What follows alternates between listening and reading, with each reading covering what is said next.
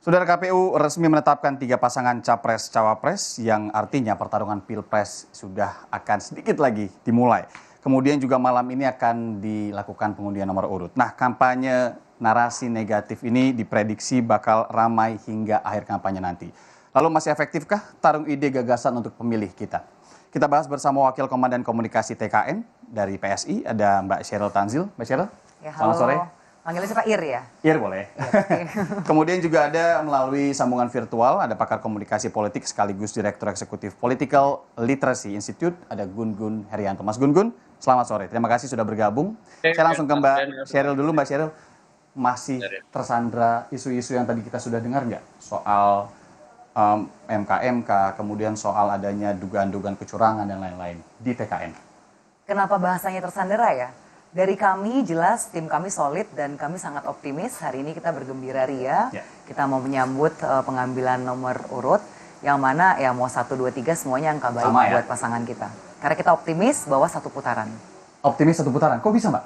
Optimis 1 putaran? Karena hasil survei 3 pasangan. sekarang semuanya bagus, arahnya semuanya ke arah positif. Mas Gibran dan Pak Prabowo adalah salah satu calon yang surveinya naik terus sejak deklarasi. Jadi ya kan namanya orang harus optimis ya. Ya kita sih optimis dari tim kami. Oke.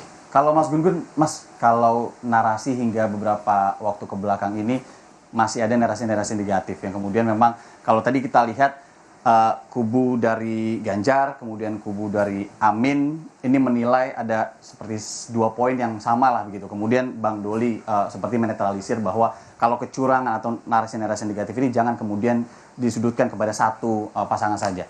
Anda melihatnya gimana sih sampai sejauh ini narasi negatif ini masih laku nggak sih? Jadi kalau bicara soal masa kampanye ya memang satu hal yang harus diwaspadai adalah narasi tanpa kemudian data atau narasi tanpa bukti. Kampanye itu kan boleh positif campaign, boleh negatif campaign, tapi basis negatif campaign itu basisnya adalah data. Berbeda dengan soal black campaign yang rumor atau gosip. Jadi sebenarnya memang karena waktu kampanye kita hanya singkat ya 75 hari dan nanti ada kampanye di media massa ya, 1 di antara 9 metode kampanye itu kan kampanye di media massa 21 hari. Nah, ini harus dimanfaatkan betul untuk membedah data, kemudian portofolio, sekaligus program-program ke depan dari para capres-cawapres. Sehingga kemudian bagusnya memang perdebatannya harus naik kelas gitu ya. Artinya dari sisi kualitas demokrasi menjadi lebih konsolidatif itu kalau salah satu yang kemudian diperbincangkan itu bukan rumor, bukan gosip, tapi yang diperbincangkan itu adalah narasi berbasis program, berbasis data yang kemudian bisa diverifikasi begitu.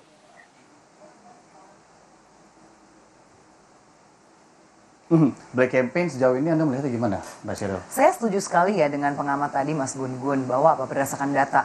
Kita tahu kemarin ada salah satu pasangan calon yang jubirnya memberikan tuduhan-tuduhan yang nggak mendasar. Memakai istilah narasumber kami. Itu kan bahasa-bahasa apa ya yang siapa aja bisa ngomong gitu loh. Come on, kalau misalnya udah levelnya jubir resmi, harusnya kasihlah data yang lebih jelas. Seperti tadi Mas Gun-Gun katakan. Dan Jangan kami selalu jadi jangan membuka, katanya gitu ya? ya jangan katanya-katanya, Anda kan juga wartawan pasti kan berusaha mengklarifikasi, karena apalagi ini mantan jurnalis investigasi, harusnya punya basis yang sangat kuat ketika mengumumkan sesuatu ke depan massa.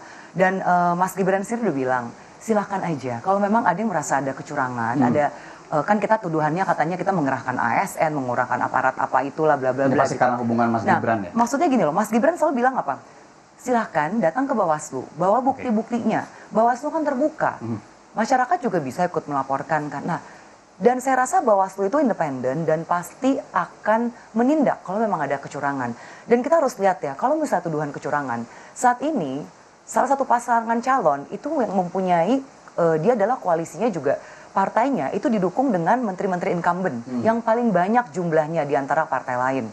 Salah satu menteri incumbentnya adalah Menpan RB. Dan harusnya kan bisa dong, kalau memang dirasakan ada kecurangan ya manfaatkan dong posisi menterinya untuk menghalangi atau pencegahan atau apalah itu. Jangan sampai pemilu ini berjalan tidak adil. Karena kita juga nggak mau kalau ada pemilu yang tidak adil. Kami dari PSI yang akan paling depan untuk menentang kalau ada kecurangan. Dan sekali lagi, kita udahlah nggak usah berpolemik soal MK ya. Karena Pak Mahfud yang saat ini menjadi salah satu calon cawapres juga masih menjadi incumbent Menko Polhukam. Ya kan? Dan Pak Mahfud pernah mengatakan bahwa keputusan MK itu final, tidak bisa diganggu-gugat.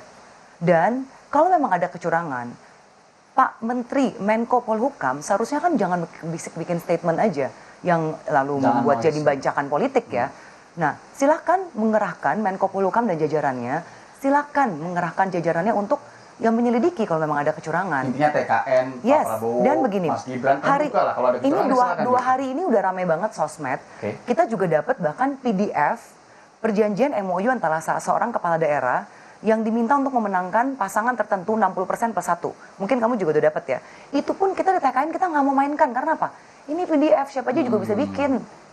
Tapi hari ini kan juga sudah ada lagi nih video beredar. Orang pakai baju ASN juga bilang kita juga disuruh untuk memenangkan pasangan calon tertentu. Saya nggak usah sebut namanya ya, karena ya gini-ginian kan intinya apa? Siapa aja bisa bikin. Masa selevel jubir resmi membuat konferensi pers tidak berani menyebutkan sumbernya siapa, sebut jabatannya, di kesatuan mana, sebutkan siapa anggota itu gitu loh. Nah jadi ini bahaya sekali. Saya rasa saya setuju dengan Mas Gun-Gun ya, karena memang kami dapat arahan pun kita harus beradu ide dan gagasan. Kita punya ide dan gagasan apa? Kita mau menjaga anak Indonesia generasi penerus apa? Makanya kita punya program makan siang gratis, susu gratis. Jadi ayolah, saya setuju banget bahwa kita harus menaikkan level percakapan kita supaya kita juga lebih cerdas nih. Orang-orang yang mau ikut pemilu tahu bahwa siapa yang dicoblos, nasib gue berubah nggak sama orang ini? Nasib saya lebih baik nggak, programnya pro saya nggak gitu loh. Oke, Mas Gun-Gun, sejalan ya, Mbak Sheryl tadi bilang harus naik kelas. Tapi kalau naik kelas dari perspektif Mas Gun-Gun sendiri ini harus sampai tahap apa? Karena soal sosial media dan juga black campaign yang Anda jelaskan tadi juga berseliweran tanpa gimana ya, nindaknya juga susah gitu. Tapi kalau tadi dari kubu TKN, Mbak Sheryl memutuskan agar nggak usah lah ngeluarin yang kayak gitu-gitu gitu loh. Padahal bisa dipakai. Kalau Anda melihatnya gimana? Definisi naik kelas itu menurut saya ada 3 indikator ya. Pertama dari sisi electoral proses, terutama di kampanye. Ya, itu menurut saya memang semua tim yang berada dalam konteks atmosfer rivalitas 2024 itu harus betul-betul berkomitmen untuk menjaga nalar publik ya sebagai bagian dari cara berkompetisi yang naik kelas begitu. Misalnya kalau menyampaikan sesuatu yang sifatnya itu serangan, ya maka serangan itu harus ada reasoningnya, harus ada argumentasinya dan ditunjang dengan basis data atau evidence base. Sehingga kemudian nanti tidak terjebak pada tuduhan yang sifatnya itu tendensius. Itu yang pertama. Yang kedua, menurut saya para penyelenggara itu tidak bisa juga dengan cara pendekatan konvensional. Misalnya tadi disebut social media. Sekarang itu kan tersedia Mahadata, tersedia SNE atau Social Network Analysis yang bisa dipakai untuk tracking echo chamber dari akun-akun itu ada di mana. Sehingga kemudian tracking terkait dengan sosial media tidak bisa hanya seolah-olah sepertinya, harus basis data juga. Sehingga kemudian penyelenggara punya basis untuk menentukan apakah echo chamber ini terhubung dengan salah satu capres atau tidak. Itu yang kedua, soal law enforcement-nya. Kemudian yang terakhir, publik sebagai bagian dari partisipan itu juga nggak bisa cuma diam, tetapi kemudian ketika misalnya mereka diterpa oleh banyak isu, itu juga publik yang sudah mulai berperhatian harus juga ikut berpartisipasi. Misalnya sebut aja ada basis data diaplikasi sebagai bentuk misalnya kontrol terhadap mereka yang berkompetisi, termasuk misalnya penyalahgunaan fasilitas, penyalahgunaan wewenang, abuse of power yang dilakukan oleh satu kelompok. Saya agak khawatir memang menteri yang ikut kampanye, kepala daerah yang ikut kampanye, kontrolnya dari siapa? Nggak cukup dari penyelenggara pemilu, itu harus publik juga ikut, begitu. Oke. Harus publik juga ikut. Oke, setelah ini kita masih akan membahas, Mas Gun-Gun, Mbak Sheryl, terkait lebih jauh ya, kalau bisa kita juga bahas sedikit naik kelas begitu ya, soal gagasan-gagasan kemudian nanti penting untuk ditawarkan kepada publik, khususnya mayoritas pemilih muda. Usai jeda, tetap di Rumah Pemilu, Kompas TV.